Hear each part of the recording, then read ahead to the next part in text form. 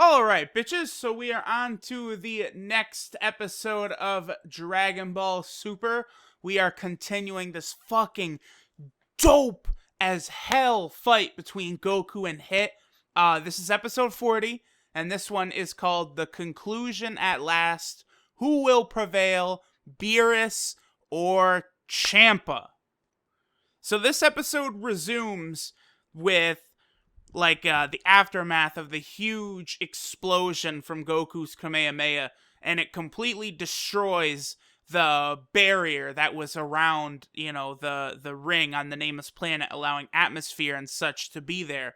So, everyone is in danger of getting sucked out into space, and both Vados and Whis combine to fix everyone, to fix the arena, to protect everyone, to get them all back in their spots, restore the atmosphere, save everyone and such.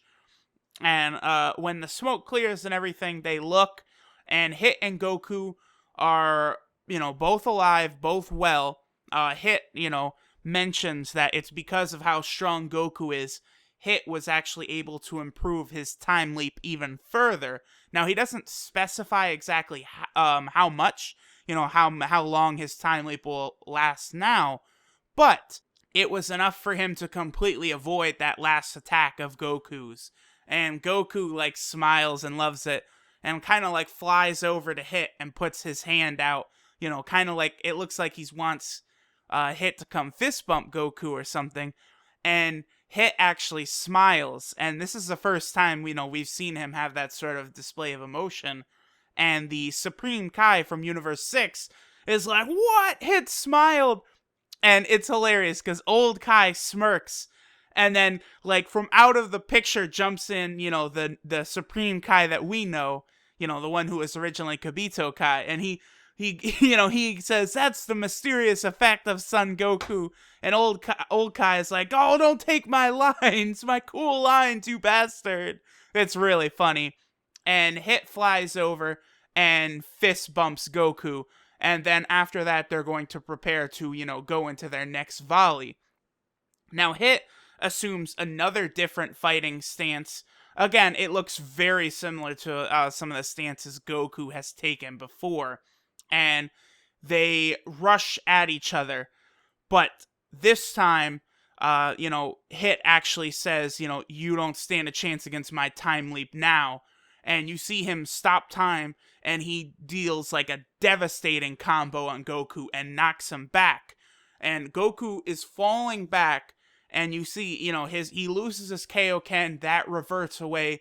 It looks like, he might have lost here. And then just out of nowhere, boom, he gets the full Kaioken back, the full aura back, and gets up and does a fucking smack on Hit.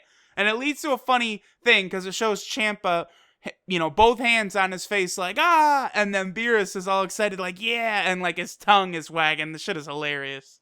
Now, both Goku and Hit kind of stand up, and they're both clearly very well exhausted. You could see this. And Goku calls up to Beerus to get rid of all the tournament rules, and it's like, oh, what the hell, what? And Goku explains that because of the tournament rules, Hit is not able to fight at his full effectiveness. He's been holding back with his attacks. And then, the Supreme Kais mention it, oh, he's a hitman.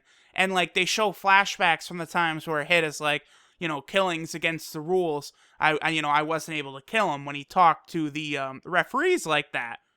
And everyone sort of, figures out what's going on. And Goku says that if it wasn't for Hit holding back, trying to avoid killing Goku, because remember, he is an assassin, Goku says he might have been done in that last attack. And Hit kind of asks him, don't you fear death? And Goku apologizes, and he's like, sorry it took me so long to notice. I was so wrapped up in our fight. And Hit is surprised, and he's like, oh, to think someone like you would be out there.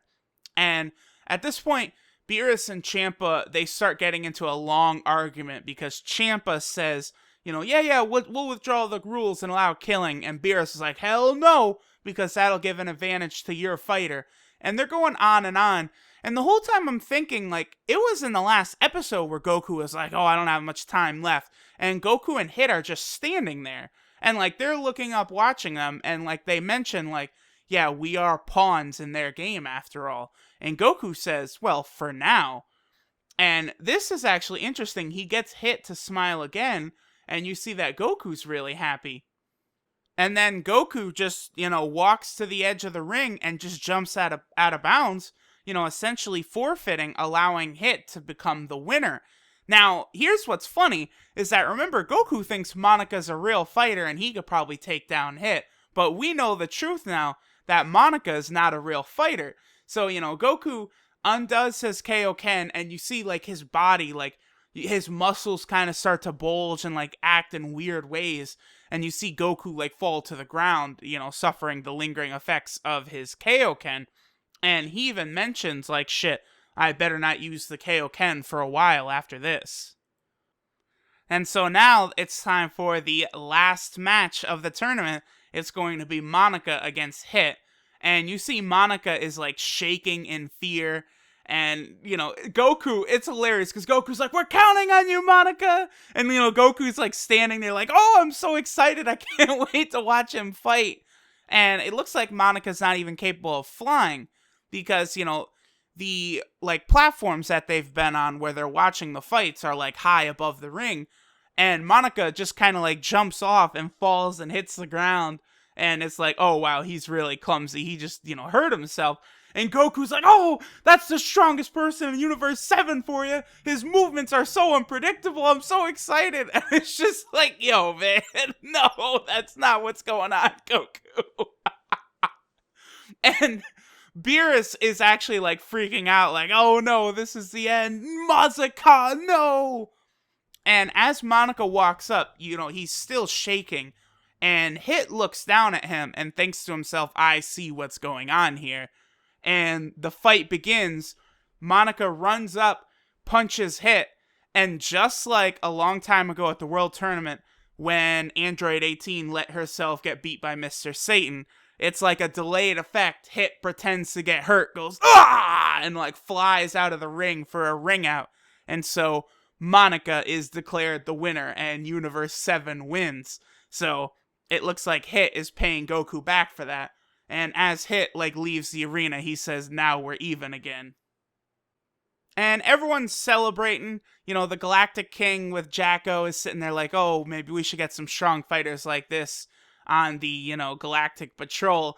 And it's funny, because he walks up to Goku, and Goku's like, thank you, Galactic King. If you hadn't told me about the time leap technique, I probably wouldn't have been able to win. And he picks up one of the Galactic King's tentacles and says, thank you. And then the Galactic King goes, oh, that's my dick. It's like, oh, what the fuck? These Japanese and their tentacle monsters, man. But then after that, Hit goes over to the platform where Ciampa's on. And he says, I don't need the cube anymore. Take me home. And Ciampa, creates an energy ball. And he's like, all the times you've shamed me, you never listened to me. It's time to die. And like, Kabe jumps up and he's like, whoa, come on, you can't just kill us.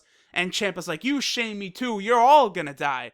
And it, cuts over to Goku, and, Goku's like, oh, fuck, I can't let this happen to them.